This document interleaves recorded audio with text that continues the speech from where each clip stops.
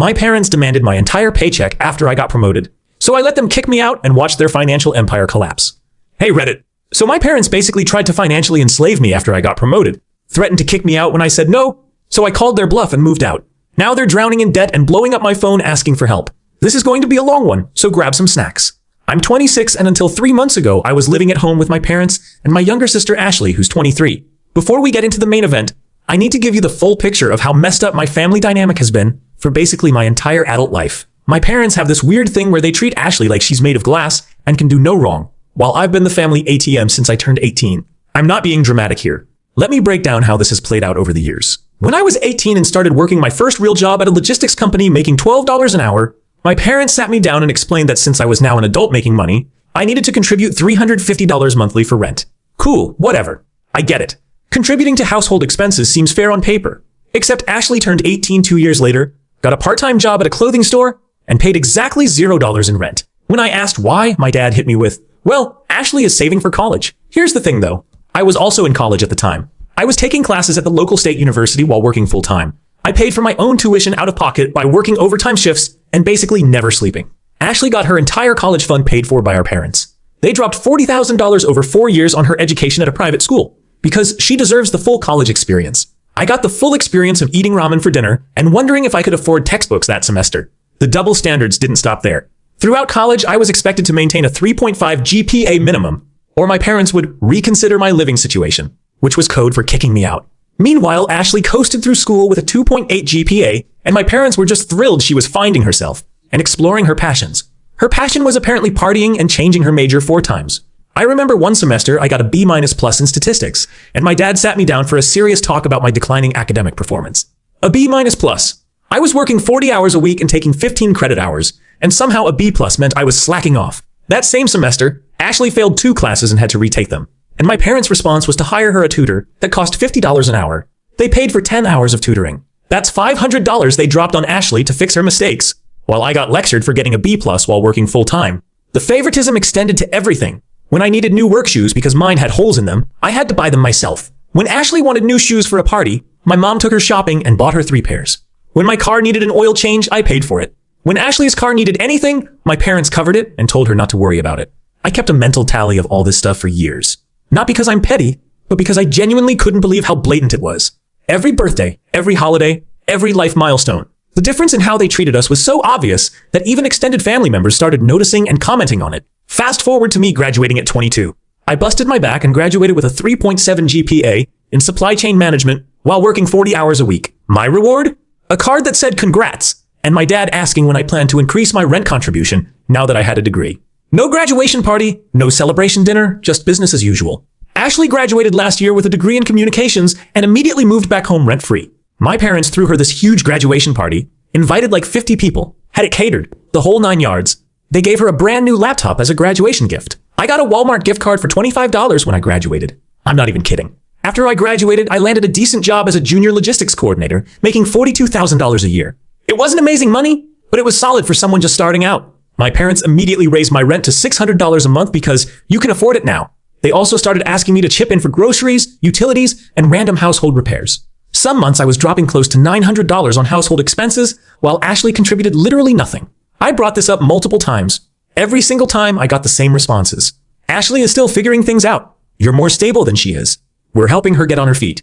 My personal favorite was when my mom said, "You're the man of the family after your father. You should be proud to help support your family." Yeah, real proud to be financially supporting my adult sister, who spends her days posting on Instagram and applying to jobs she has zero intention of actually taking. Ashley has had probably 15 different jobs in the 3 years since graduating. She'd work somewhere for 2 to 3 months, decide she didn't like it because her boss was toxic or her coworkers were draining her energy, quit without notice, then spend the next month living off our parents while taking time to reset. Every time they'd support her decision. Mental health is so important. She needs to find the right fit. Meanwhile, if I had quit a job without another one lined up, I would have been homeless within 24 hours. Her job history read like a comedy sketch. She'd been a receptionist at a dental office until she decided the dentist was micromanaging her by asking her to actually answer the phone. She worked at a pet store for 6 weeks before quitting because cleaning up after animals was gross. She tried being a bank teller but quit after a month because standing for 8 hours was inhumane. She was a sales associate at 3 different clothing stores, quitting each one because customers were rude or management expected her to actually hit sales targets. Every single time she quit, she'd come home with a new excuse. The hours were too early. The commute was too far. Her coworkers were cliquey. Her manager didn't appreciate her creative ideas. She was overqualified. She was underutilized. It was never her fault, never her responsibility. And my parents ate it up every single time, reassuring her that she'd find the perfect fit eventually. Meanwhile, I'd been at the same logistics company for 4 years, working my way up from junior coordinator to senior coordinator to now manager. I dealt with difficult bosses, long hours, tedious work, and frustrating clients. But I stuck with it because that's what adults do. You don't just quit every time something isn't perfect. But Ashley got to live in this fantasy world where jobs are supposed to be fun and fulfilling 100% of the time. And my parents encouraged that delusion. The financial double standard was insane. I paid $600 monthly rent, bought my own food, paid for my own phone bill, car insurance, gas, everything. Ashley paid for exactly nothing. She didn't even buy her own toiletries. My mom bought all her stuff and Ashley would regularly steal mine because we're family. What's the big deal? But here's where it gets even better. My parents would regularly ask me for money for household emergencies. The water heater broke? I'd chip in $300. Roof needed repairs? $500 from me? Car needed new brakes? $200. These requests came every few months like clockwork. I couldn't say no because the implication was always there. If I didn't help out, maybe I didn't deserve to live there. Meanwhile, Ashley would ask for money for things like concert tickets, new clothes for job interviews she'd never go on, or emergency trips to visit friends in other states. And my parents would just hand it over. They gave her $500 once, so she could go to some music festival with her friends, because she's been so stressed lately and deserves a break. When I asked for $100 to cover a certification exam that would help my career, I got a lecture about financial responsibility and being self-sufficient. I saved money anyway. Every dollar I could scrape together went into a savings account that my parents didn't know about. I'd eat the cheapest food I could find, never went out with friends, didn't date, basically lived like a monk. My goal was to save up enough for first and last month's rent, plus a security deposit so I could finally get out of that house. But here's the problem. Every time I got close to having enough saved, something would happen. My car would break down. I'd get sick and have medical bills. My laptop would die, and I'd need a new one for work. It's like the universe had a personal vendetta against me escaping. By the time I was 26, I had about $3,500 saved up, which sounds decent until you realize that's barely enough to cover moving costs in my area, where studios go for $1,200 a month minimum. Then 3 months ago, everything changed. My company announced internal promotions and I applied for a logistics manager position. I had to interview against 5 other candidates, put together this whole presentation about supply chain optimization, basically prove I deserved this role. I worked on that presentation for 2 solid weeks, staying up until 2 a.m. some nights. I got the promotion. They bumped me up to $68,000 annually with better benefits, including a $5,000 signing bonus for the new position. I was absolutely thrilled. This was the break I'd been waiting for. With that kind of money, I could save up and move out within 6 months, maybe even sooner. I made the mistake of sharing this news with my family at dinner the night I got the promotion. I was genuinely excited and thought maybe, just maybe, they'd be proud of me. I should have known better. My mom's first reaction was, "Oh, honey, that's wonderful." My dad nodded and said, "Good job, son." I started explaining what the role involved, how it was a big step up in my career, how I'd be managing a team of 4 people. They seemed interested for about 30 seconds. Then Ashley looked up from her phone, because of course she'd been on her phone during the whole conversation, and said, "So like, you're basically rich now, right?" She said it in this joking tone, but there was an edge to it.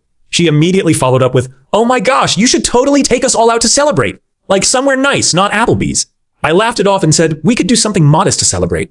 That's when my dad dropped the bomb. He put down his fork, looked at me with this serious expression and said, "You know, now that you're making significantly more money, we need to discuss your contribution to the household."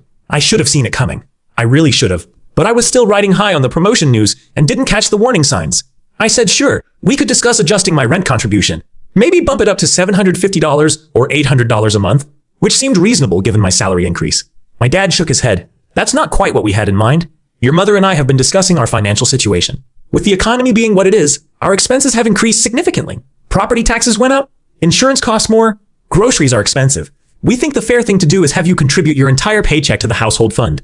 I literally laughed. I thought he was joking. He wasn't smiling. Neither was my mom. Ashley was suddenly very interested in the conversation and had put her phone down. I said, "Wait, you're serious? You want my entire salary?" My dad nodded and said, "We'll give you an allowance of $300 a month for your personal expenses. Gas, food when you eat out, entertainment, whatever you need. The rest goes into the household account. We're a family, and families support each other." I just sat there processing this absolute insanity. They wanted me to hand over roughly $5,600 a month and live on $300, like I was a teenager getting allowance. That's literally less than what I was making at my first job at 18. I wouldn't be able to save anything. I couldn't move out. I'd be stuck there indefinitely, funding their lifestyle while they continued to bankroll Ashley's extended gap year. I tried to stay calm. I pointed out that I was 26 years old, paying rent already, contributing to household expenses, and that keeping my entire paycheck was unreasonable. My dad's response was, "It's not unreasonable to expect you to help your family. We've provided for you for 26 years. This is how you pay us back." Pay them back? For what? For charging me rent since I was 18? For making me pay for my own college while funding Ashley's private school education? For asking me to cover hundreds of dollars in household repairs while Ashley lived completely free? I tried a different approach.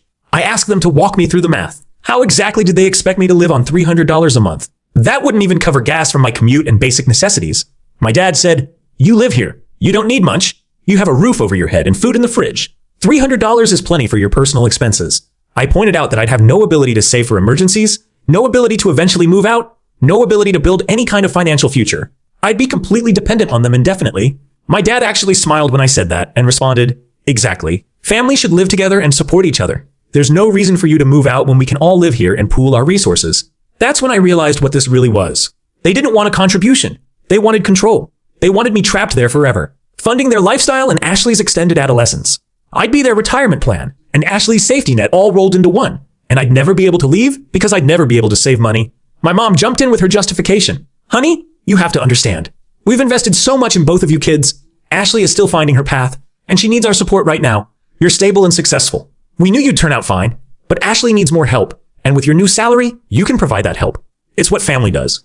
I asked her directly, "So you're saying I worked hard, got good grades, and got promoted so I can fund Ashley's lifestyle?" She didn't like that phrasing. She said I was being reductive and missing the bigger picture. The bigger picture being that I'm the responsible one, so I get punished for it while Ashley gets rewarded for being irresponsible. There it was. They wanted to use my money to continue funding Ashley's extended adolescence. I asked point blank if Ashley would be expected to contribute when she finally got a stable job. My mom actually had the nerve to say, "Well, we'll cross that bridge when we get there. Every situation is different." I knew exactly what that meant. Ashley would never be expected to contribute a dime. She'd live there rent-free indefinitely while I bankrolled everything. The plan was essentially to use me as their personal ATM to supplement their retirement and support my adult sister. I told them I needed to think about it. My dad's face changed. He got this cold look and said, "There's nothing to think about. Either you contribute properly to this household, or you need to find somewhere else to live. You have until the end of the week to decide." End of the week? He gave me 4 days to either agree to financial servitude or get out. Ashley was smirking. Actually smirking. She knew this would benefit her directly. More money from me meant more money for her concerts and trips and whatever else she wanted. That night, I went to my room and did the math. I had $3,500 saved up. My signing bonus of $5,000 was being processed and would hit my account in 1 week. That's $8,500 total. I started looking at apartments online. Studios in my area ran $1,200 to $1,500. With first month, last month, and security deposit, I'd need about $4,000 to move into a decent place. That left me with $4,500 for furniture and basic setup. It would be tight. Really tight. But it was possible. I could grab basic furniture from Facebook Marketplace, use my existing kitchenware, sleep on an air mattress until I could afford a real bed. I'd done rough living before. I could do it again. The alternative was staying there and being financially trapped forever. Because let's be real. If I agreed to this arrangement, I'd never get out.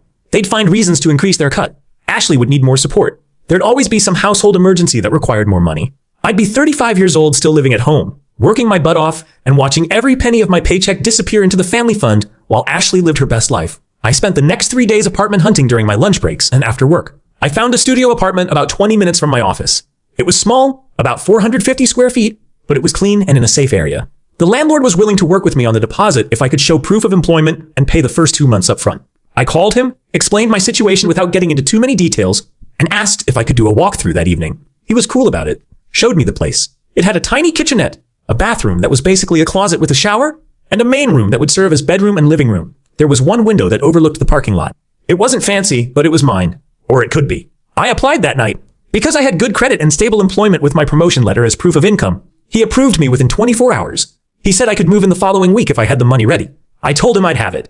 My signing bonus hit my account on day 5, the day after my dad's deadline. Perfect timing, honestly. I now had $8,500 and an apartment waiting for me. I spent that entire day at work planning my exit strategy. I wasn't going to tell them until I was ready to walk out the door. The moment I announced I was leaving, things would get ugly, and I wanted to be prepared. That weekend, I told my parents I was visiting a friend and would be gone most of Saturday. Instead, I went to Walmart and Target and bought the absolute basics.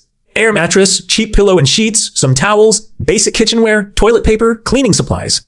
Nothing fancy, just enough to survive for the first few weeks while I got settled. I loaded everything into my car and took it to a friend's garage. He was the only person I told about what was happening, and he was more than happy to help me out. Sunday morning, I transferred the deposit and first 2 months' rent to my new landlord. Done. I had an apartment. I had keys being processed. I was moving in on Tuesday. My parents had no idea. Monday evening, my dad sat me down for the conversation. Ashley was conveniently out with friends. My mom sat next to my dad on the couch, and I sat in the chair across from them like I was in a job interview. My dad started with, "So, have you made your decision?" I looked him dead in the eye and said, "Yeah, I have. I'm moving out." The silence was immediate and heavy. My mom's face went pale. My dad's jaw tightened. He said, "You're what?" I stayed calm. I explained that I appreciated everything they'd done for me, but I was 26 years old, and it was time for me to live independently. I'd already found an apartment and would be moving in tomorrow. I wished them the best.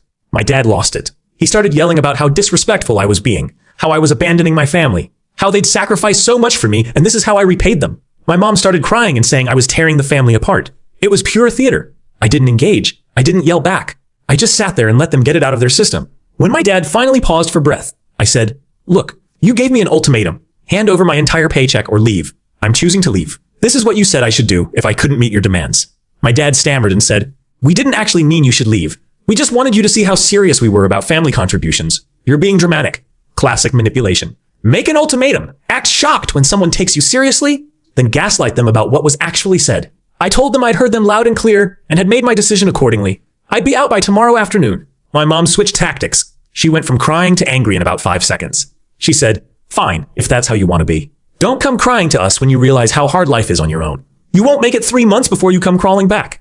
I just nodded and said, "Okay." That one word seemed to frustrate her more than anything else I could have said. She wanted me to fight, to argue, to give her ammunition. I wasn't giving her anything. Ashley came home around 10 p.m. and lost her mind when she found out I was leaving. Not because she'd miss me. Let's be real. She was panicking because she'd just lost her golden ticket. No more free ride. My parents would have to fund her lifestyle entirely on their own now. She actually said, "You can't just leave. What about me?" I looked at her and said, "What about you? You're 23. Get a job and keep it." She started crying and ran to her room. My mom glared at me like I'd just kicked a puppy. I went to my room and started packing. I didn't have much. Most of my stuff fit in 6 boxes and 2 suitcases. I'd been living pretty minimally anyway since most of my money went to rent and household contributions. I stayed up most of the night packing and texting my friend to coordinate moving my stuff from his garage to my new place. Tuesday morning, I loaded up my car before my parents woke up. I made 3 trips, once to drop stuff at my new apartment, once to grab my stuff from my friend's garage, and once more to get the last boxes for my room. By noon, everything I owned was out of that house.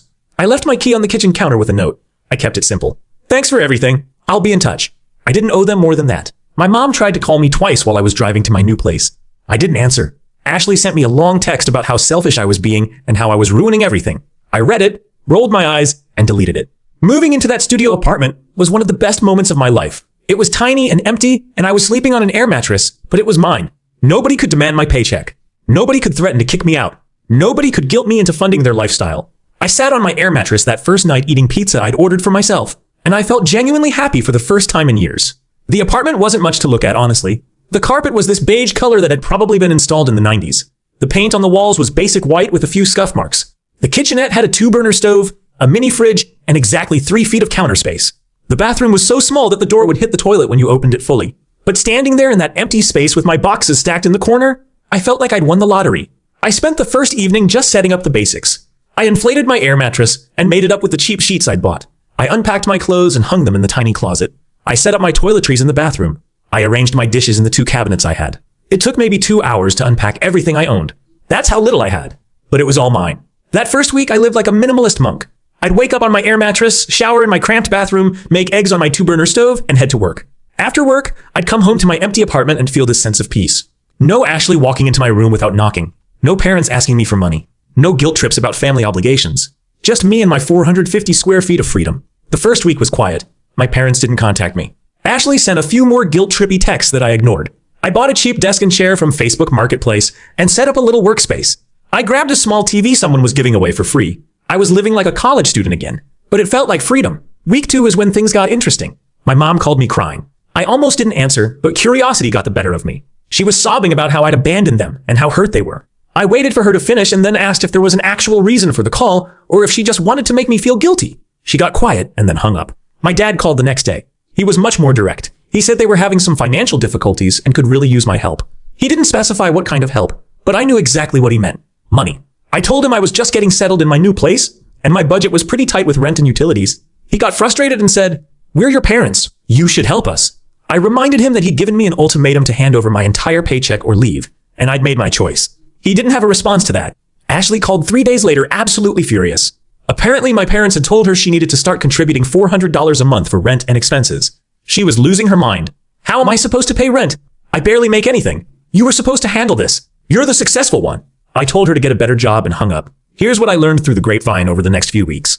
My parents had based their entire budget around my $600 monthly rent, plus the additional contributions they'd been hitting me up for. They'd gotten used to that extra $900-ish every month and had built it into their standard of living. When I left, they suddenly had a $900 hole in their monthly budget. But it gets better. Remember how they wanted my entire paycheck? Turns out they were planning to use that money to pay off debt. Credit card debt. Lots of it. My dad had apparently been living beyond his means for years. And between that and funding Ashley's lifestyle, they'd racked up around $35,000 in credit card debt across multiple cards. They were making minimum payments and drowning in interest. Their plan had been to use my $5,600 monthly salary to aggressively pay down that debt while keeping me on a $300 allowance.